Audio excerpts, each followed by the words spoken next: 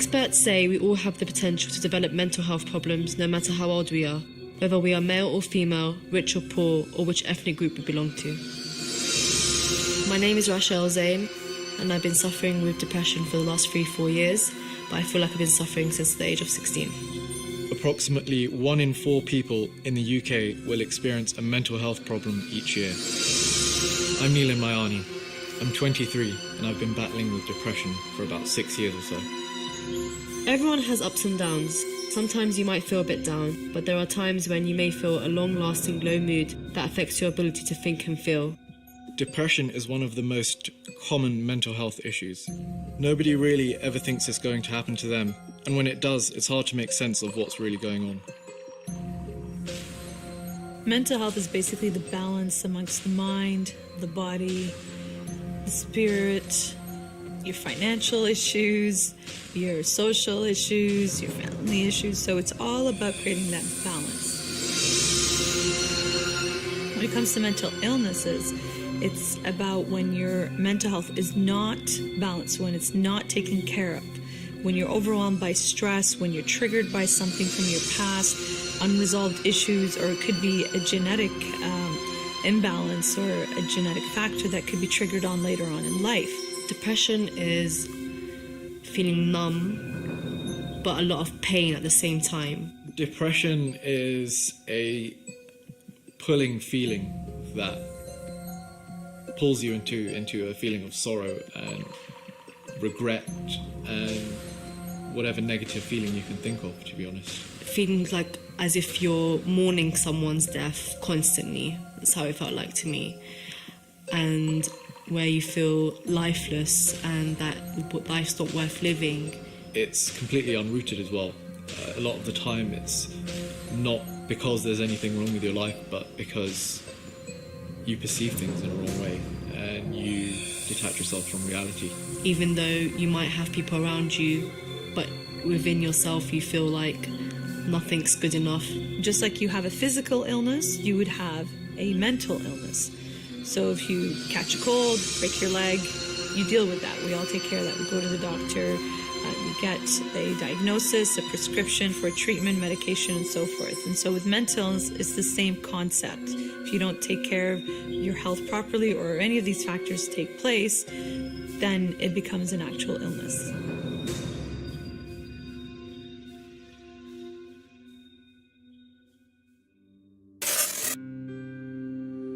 I think a lot of people think that someone with a mental health issue will stick out.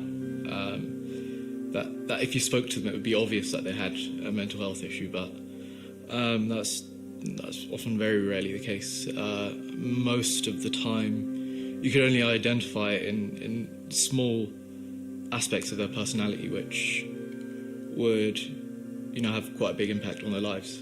People see it as a burden, unless they really love you, and they a lot of it is people who have unconditional love for you are going to tolerate you. Other than that, people are not going to tolerate you, because when you are suffering like that, you become a different person almost. It's very difficult for you to be a happy person or a positive person. Depression can be difficult to recognise, and it can manifest differently for different people, making it hard to identify. The first time I realised that I'm sick was when I had my first episode, and I realised I was sick because I was crying all day, every day. I wasn't eating, I was sleeping just to escape reality. I was panicking like I've never panicked before.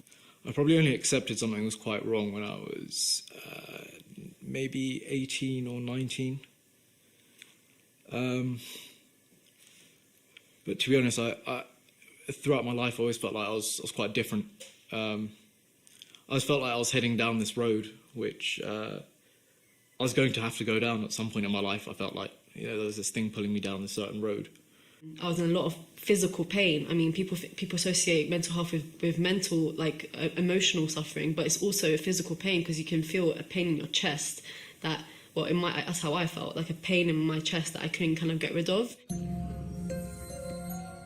The telltale signs could indicate bad hygiene, could be that you're very fatigued and tired all the time. You're not engaged like you once were in the activities in school, let's say, within your community, with your family. You could be overeating or undereating. You could be oversleeping, undersleeping. You could be talking about harming yourself or having suicidal thoughts.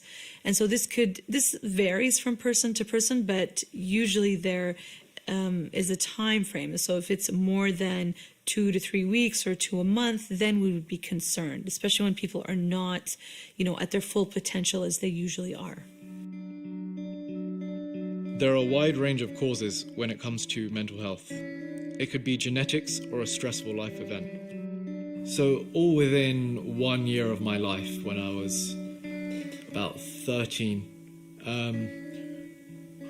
I moved out from my tiny 2-bed house into a huge 5 or 6 bed house. And I moved from a tiny little primary school into a massive school, high school. It was dauntingly big. And in the same year, my parents also got divorced.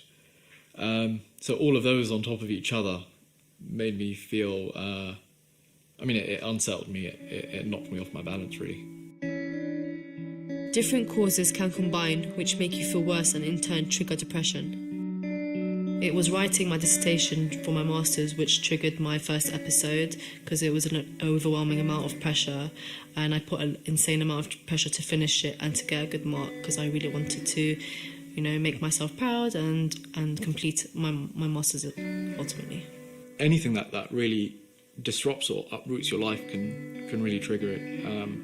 Anything from moving house to starting university or coming home from university. When you're conditioned from a young age to have negative thoughts, you are bound to then suffer from some sort of mental health, really. So your childhood is important, and it does play a massive effect. It did play a massive effect on mine. It does, till this very day, still have an effect on mine. People who are depressed cannot simply pull themselves together and be cured without any proper treatment. Untreated clinical depression can last for weeks, months, or even years. I just started crying every day. I couldn't focus on my work, even if I divided my time. Anything I read, I couldn't absorb. I couldn't put it onto paper. I became very low in mood. I spent a lot of time in bed. Very anxious, very, very anxious. So, as well as low mood, I had anxiety, and they're almost opposite feelings. So whereas with depression you feel numb, anxiety you feel on edge all the time and very irritated. And imagine combining those two feelings. It was very, very overwhelming. I couldn't go on. Every day felt like a struggle. Felt like no reason to wake up, and I'd slowly deconstructed my life brick by brick. I stopped going to the gym, I stopped going to work, I stopped going out, I stopped really caring how I looked, how I seemed, what people thought of me at all. And at that point you sort of realise that you're slowly, naturally taking your life apart to a point where you're becoming something that is redundant, something that at any time soon could just leave. Yes, many times I felt suicidal. Many times I woke up and I physically said, why am I awake? I wish I wasn't. I would talk to God and ask him why he hadn't taken my life yet. I had actually slowly stopped doing absolutely everything. In the weeks leading up to the worst day of my life, I'd been planning my suicide. I took all my money out of my bank account and transferred it to somewhere where I could give some to my family. I had bought gifts for people, parting gifts that were things that I always knew they'd wanted. It was a very final thing. I remember I'd had an argument with my entire family and with my partner as well, and that day felt like I was standing at a window and the flames had reached me. It was time to jump out. It felt like that was the time to go. When it comes to how bad it can be for mental illnesses and how people respond to that, we're talking about suicide here. It can be so severe to the point where the person has given up, can't handle the situation, doesn't feel that there's anything to live for. It can be so depressed and hopeless and helpless, meaning they can't do anything to change their circumstances or their situation, that they feel the only way out is suicide.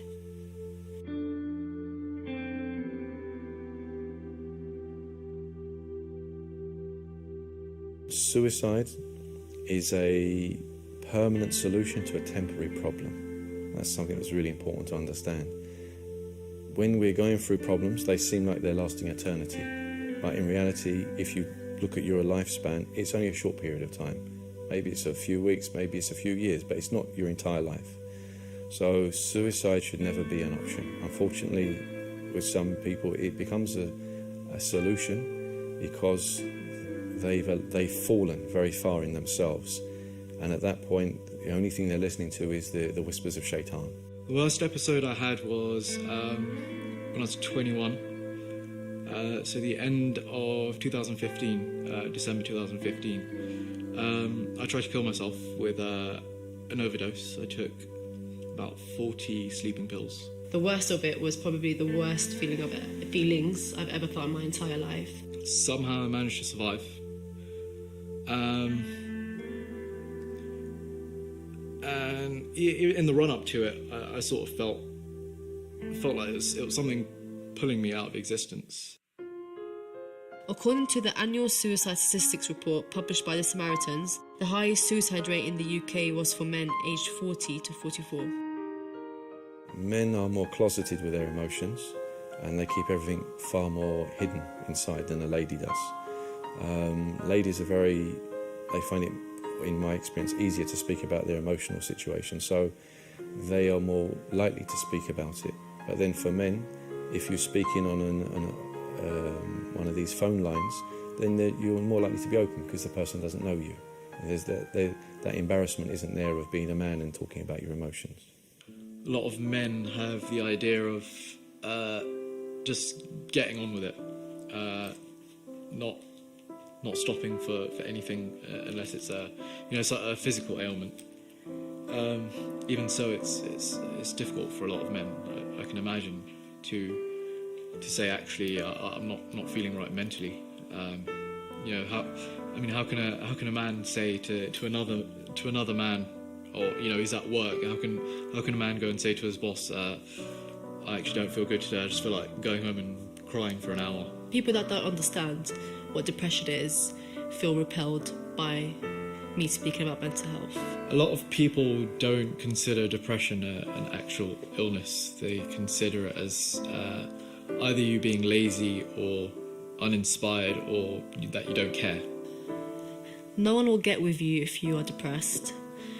No one will tolerate you if you are depressed. If you were to find someone and get married to them, they will run away if you are depressed. If you were to show those feelings of depression, you are crazy. People think you're crazy. People think you're weak. People think you're vulnerable. We often find that Muslims and people from black and minority ethnic communities are reluctant to talk about mental health issues, let alone the effects, causes and avenues to recovery. Problems often go unreported and untreated because members from the communities face barriers in accessing and engaging with mainstream health services.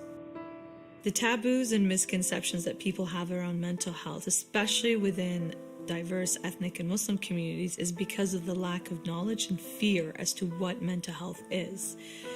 Now, even if people become aware and they learn about it, they still have the fear because they don't want to have that potentially be contagious or they catch it. And that's another misconception that people have. I find that if we can normalize that, just like with physical illnesses, I mean, people talk about catching a cold all the time, or they have to go, have a checkup for this or that, and it's normal. We all talk about it. We are not fearful of it, and there's no shame around it. We can easily talk about it and share, almost show off to each other the type of stories that we have in terms of how sick we can be, right? But when it comes to mental illness, no, we don't do that. And again, it's that taboo and that fear. That fear. We don't want to be connected to something that, potentially we're crazy. And people are afraid of being associated with that. A lot of the time, for people from traditional families might believe it's a religious or supernatural cause rather than, an actual health cause, something that can be helped with, therapy and medication rather than, God and prayers. I've been open about my mental health on social media, and a lot of the reaction was positive from my friends and family and stuff, but the people who did have something to say about it in a negative light were Muslims. They were like, why are you putting your stuff on social media? People will see this as a weakness. People will see it as a vulnerability. They'll use it against you. I wasn't necessarily comfortable with talking to anybody about it that much. I was comfortable talking about it in general, but I was very aware of how I was perceived as a Muslim woman. I've never been so shy about it, but I was never, openly talking about it. I only ever really spoke to my parents first and doctors. Otherwise, I didn't really speak to my friends or anyone else. I don't know what it is with people and mental health, to be honest. I don't understand why they don't see it as an illness. A lot of the time when you're experiencing it, you yourself are not sure if you've got a mental health issue. So it's normally about the people around you recognising what's wrong with you. I've found it difficult at times with some of my friends. I've had people say, like, why are you talking to me about this? Like, go seek professional help. So you see that within the Muslim and the ethnic diverse minority communities, right away they shun people who exhibit these type of behaviors. And we see that nowadays even on social media. If people behave odd or unusual, we right away categorize them and put them and isolate them. Public awareness and understanding of mental health has improved over the years, but there is still a lot of work to be done. People from black and minority ethnic backgrounds require considerable mental health literacy and practical support to raise awareness on mental health conditions and to combat stigma. So a few years ago, a colleague of mine in Ipswich was working with local communities to overcome barriers to people accessing services, health inequalities, and he was doing some work with one of the local mosques, and they asked us if we could develop a resource for people attending the mosque that would give them vital information about mental health conditions like anxiety, depression and stress, and also give them some information to guide them when they were having conversations with their GP. Our parents grew up in a culture where you don't talk about these things. It's shameful to talk and disclose about personal things that happen in the home. This also includes anything under mental health. They probably didn't even recognize it as mental health. If they were feeling overwhelmingly sad because of, let's say, post-traumatic war experiences, they wouldn't really talk about it. They just, say, this is part of life. This is what I was supposed to go through. God doesn't throw upon you anything you cannot handle. So they have this kind of attitude of get on with it. Just life goes on, just deal with it. For a lot of Muslims, mental health is still largely non-existent, and unfortunately those suffering from depression or a low mood are often told that they are ungrateful and don't have enough faith in God. In the Muslim community, if you had a lot of faith, you wouldn't suffer, not knowing that a lot of people who have a lot of faith in God and are, in fact, our prophets and our Ahlul Bayt suffered from mental health or depression or anxiety, whatever you want to call it. They did suffer from something, and that wasn't because of lack of faith in God. So there's like a misperception of, or there's a correlation in our community between mental health and the lack of faith. So I think that needs to be addressed as well, because that's not necessarily the case at all. I think we have to be extremely careful about misrepresenting the quality of a person's faith by the manifestation of mental health challenges and illness. Because there's a big difference between a person's faith levels fluctuating through time and their mental health fluctuating through time. I think the thing about lack of faith is that you wouldn't say that if somebody came down with cancer or if they broke their leg. You wouldn't say to them, well, you know, that's your fault because you lack faith. The challenges, both external and internal, are pre-described and pre-prescribed for human existence. But the how of it is what matters. How we deal with it, whether we draw upon our faith to deal with things, with difficulties, anxieties and depressions, or whether we turn away from our faith. So rather than the manifestation of mental health difficulties signifying a lack of faith, quite the opposite is the situation. That is actually an invitation to re-engage with Allah subhanahu wa ta'ala. I think it was City and Hackney Mind gave us some feedback about the booklet and what people had told them. And one of the anecdotes came from a young woman who'd not spoken to her family about her mental health issues before, but she took a copy of the booklet and shared it with her mother. And her mother, having read it, said, well, actually, I haven't spoken to you about my mental health issues either. We all have stress. We all feel sad. We all worry. We all overthink. So when we use these terms, I think this is a language that our elders can connect and understand. And when we use these terms, then they can begin to understand the struggles that we're going through and hopefully see the impact and the effect of what depression can do and what it can lead to, especially when you hear what's happening in other families, other kids, and so the worst thing that could happen could potentially trigger our parents into actually saying, you know, this could happen to us. Let's understand that we are living in a different time, a different generation, so that we can prevent rather than react to these situations. Over 1,000 years before the development of Western psychology, the psychological language of the Quran described destructive emotions and harmful conditioning as a nafs al-ammara, or the commanding self. As a source of healing, the Quran can guide a person to overcome the inner turmoil caused by the nafs al-ammara and bring the peaceful self, or nafs al-mutma'inna, into being. Since it was revealed to the Prophet Muhammad, peace be upon him, the Quran's essential guiding principles have helped Muslims restore balance to their lives and secure their emotional health and well-being.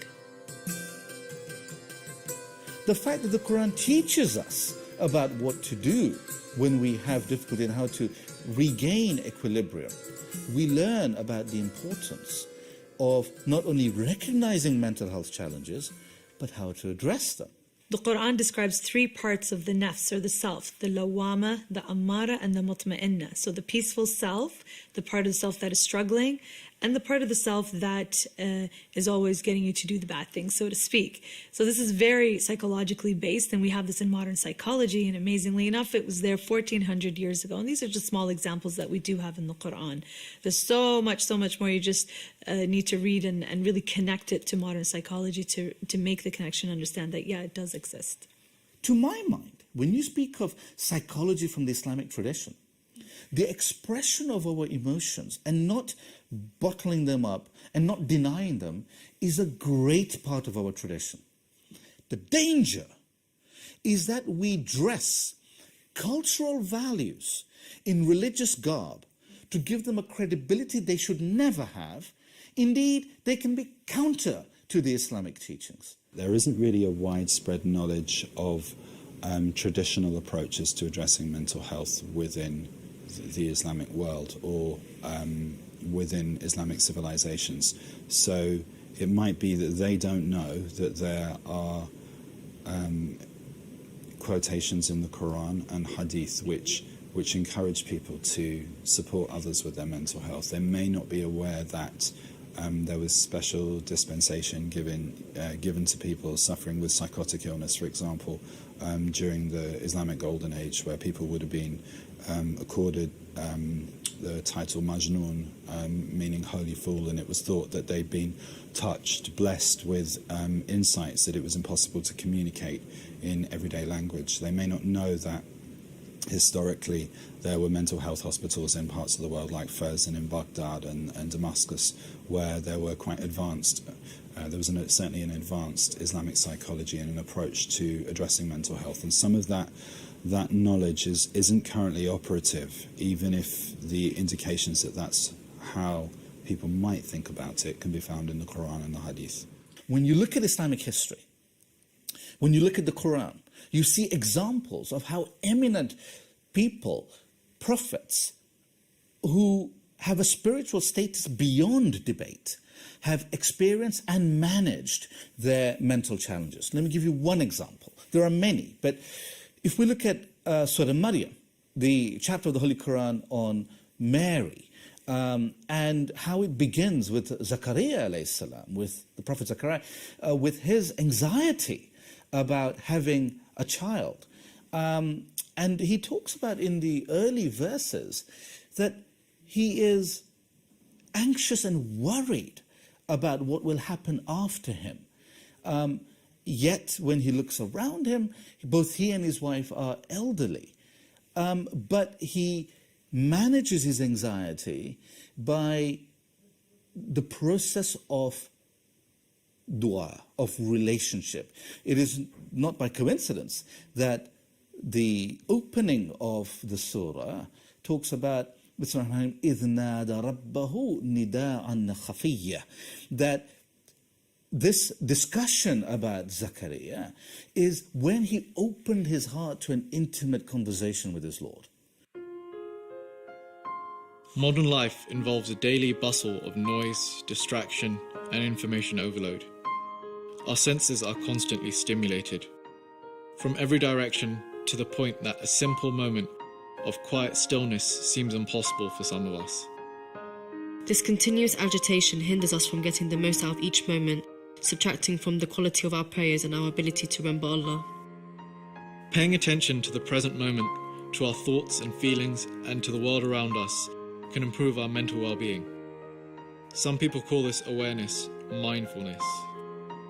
So we've had the sciences of therapy, you could say, and mindfulness from the Quran, from the Hadith, from 1400 years ago, but we are only now realizing, and you see this in all sciences. There is a big link that obviously has always been there, but not been discussed maybe. And so now, a lot of scholars are speaking around mental health and trying to explain how, for example, mindfulness is part of our religion, as it were.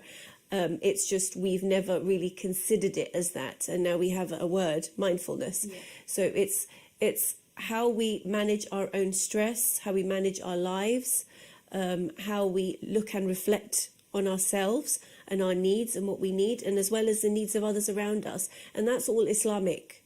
I've had the privilege of speaking to Muslims who have experienced depression, and there was one case that really struck me of a lady who had suffered from postnatal depression, postpartum depression.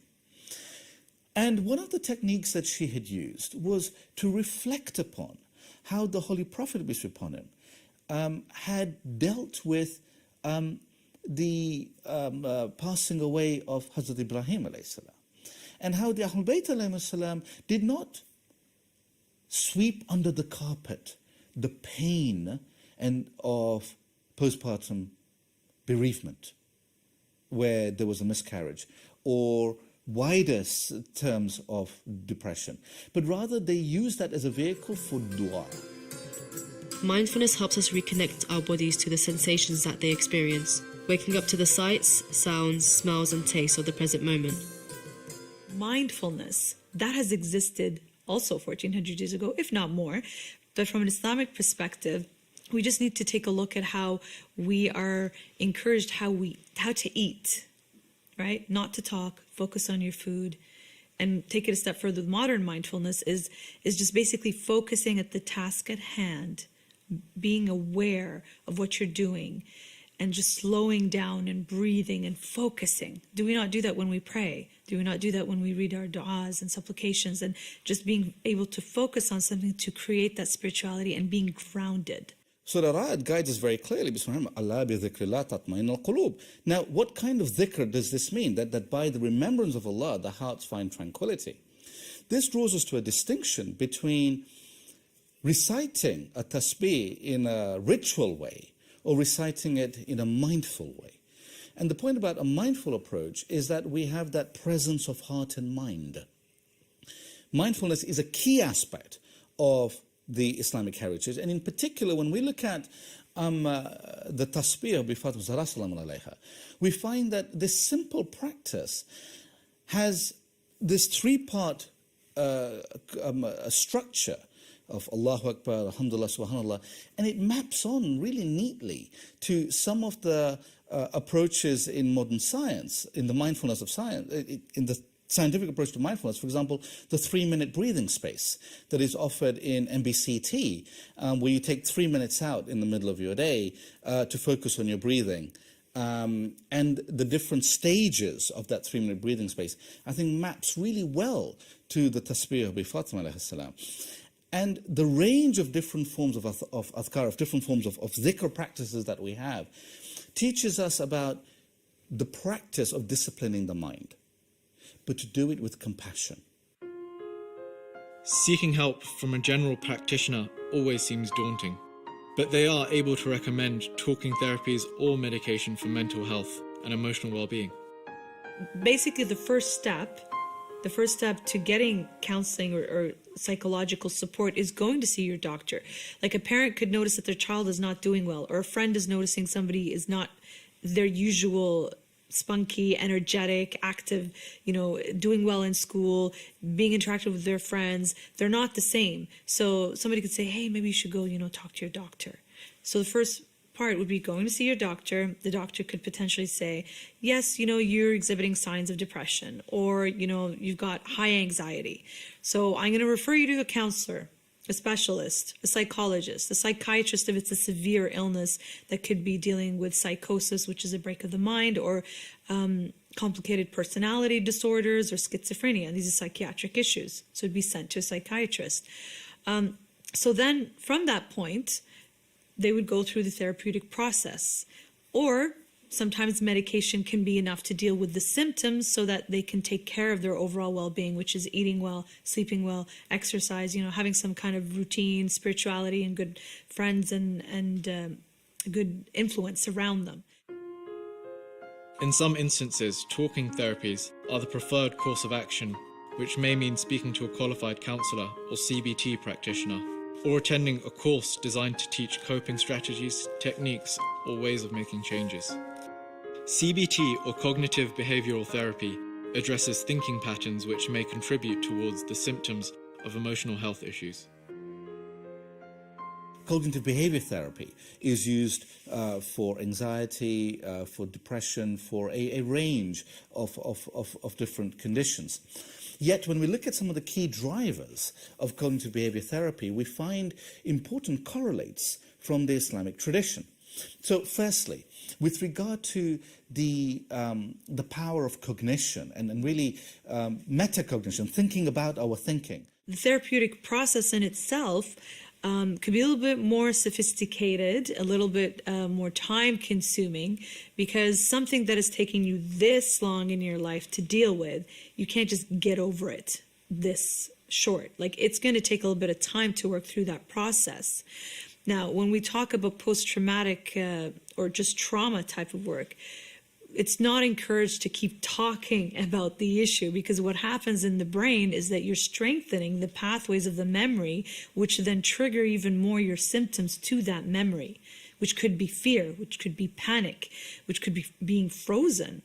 And so when we work with this type of trauma or this type of therapy, you want to break the connection, the memory to the symptoms, and that takes time. So it's not just an overnight thing. There's a whole branch of psychology, really pioneered in the US, called positive psychology. And one of the branches of positive psychology is the psychology of gratitude, what we would call shukr. And there have been studies in California being done where students have been split into two groups. One group being required to reflect at the end of each week on positive things for which they are grateful, and another group doing a controlled exercise. And they found that the group that engaged in a disciplined gratitude practice had statistically significant improvements in their mental health and their overall well-being. Yet when we look at the sajda of shukr that we do after salah, how many times do we do that ritually? We just go down and say shukranullah 10 times, back up on our feet, back to whatever we were doing before. One of my favorite form of therapy that I enjoy doing with my clients is self-development, personal development, and processing to, going through the journey of, reaching their full potential, figuring out who they are, or spiritual counseling. I enjoy doing that as well, where people are trying to figure out, how do I find that inner peace within myself? And the most popular thing when it comes to that is, I want to be happy. And I'm like, well, you're not going to find that here. That is a journey that you're going to figure out on your own through the therapeutic process.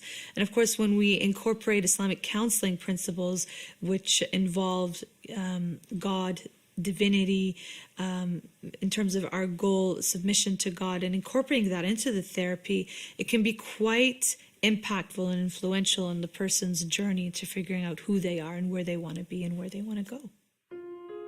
Religion and mental health have strong ties. According to experts, religion can help give a person with depression access to a community, which could in turn mean giving their life meaning and purpose. Some people wouldn't necessarily work if they're completely opposed to the idea of God, whereas others who do have a genuine faith, I think they could find a lot of comfort in the peace of believing and feeling that they're being looked after by forces greater than ourselves. I can certainly see the benefit of following and believing that there's more to your existence than just you. So speaking to God takes away the burden a little bit. I think in the midst, when I was at my worst, my faith was definitely challenged. It was definitely tested, but I held on as much as I could because I knew that was the only thing that was going to save me, to be honest. It was God. And then now looking back, I feel like I'm so grateful for that part of my life. In fact, when I was in it, I used to be like, why me? Like anything else? Why not something physical, something that I can see, something tangible? Why something I can't see and I blame myself for? And then after I became better and started to reflect on my experience and stuff, I thought, why not me? I mean, God doesn't burden you with anything you can't handle, and he clearly thinks I can handle it. So yeah, talking to God helped, and it releases that burden, because you feel like you plan and he plans, and he's the best of all planners. That's the only way I can say it. Really ends it like that. You have something for, you wanted to go in one direction in your life, and he's just got something so much better for you, and you don't realise that at the time. And even something as deep or as painful as mental health, if you embrace it, I think in a way, it changes you in the best way possible. When I look back at my life, I realise I was happier when my family had a lot less. But I do also appreciate how fortunate I am to have my health and the life that I have. Life isn't perfect. I still have moments when I feel down every now and again. I feel a lot happier now, although I do still take medication. I definitely manage my life more effectively. I've changed my life in the last few years by changing the way I think. Bad things happen to everyone, but the storms in life will always pass, and there will be sunnier days ahead. There are still undoubtedly a lot of challenges to overcome with mental health, and many people who need help to get to the stage I have. But it's not impossible, you just need a little hope. The fact that I have been pushed to the ground, either by the unfairness of the world or through my own folly, doesn't mean that I am destined to remain there. I can have hope. Hope is a central tenet of the invitation of the Islamic message. To retain hope and to move with hope, and to share that hope with those around us, so that as we light our little candle, in the face of the darkness around us, it may seem insignificant, but it guides the next step. I don't need to be able to see 10 steps ahead. My candle is little. But if by me lighting my candle, the person next to me lights their candle, and the third person lights their candle, then together we start illuminating our families and our communities to benefit from the light that is inherent in the spiritual traditions that we have so gratefully received.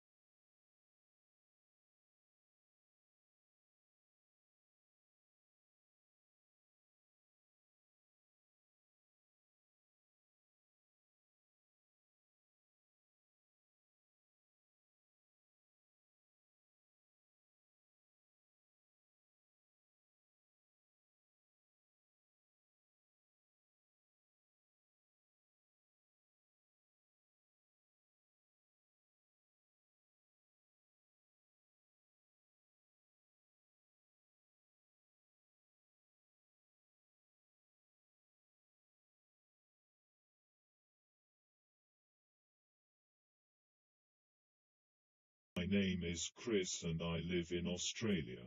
I am a writer, publisher, Linux activist and civil libertarian.